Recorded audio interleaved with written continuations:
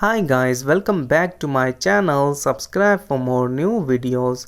Today currency exchange rate of Taiwan new dollar and United States dollar. 1 US dollar, $100 and 500 US dollar rate in Taiwan dollar. So today 1 United States dollar equals 30.76 new Taiwan dollar.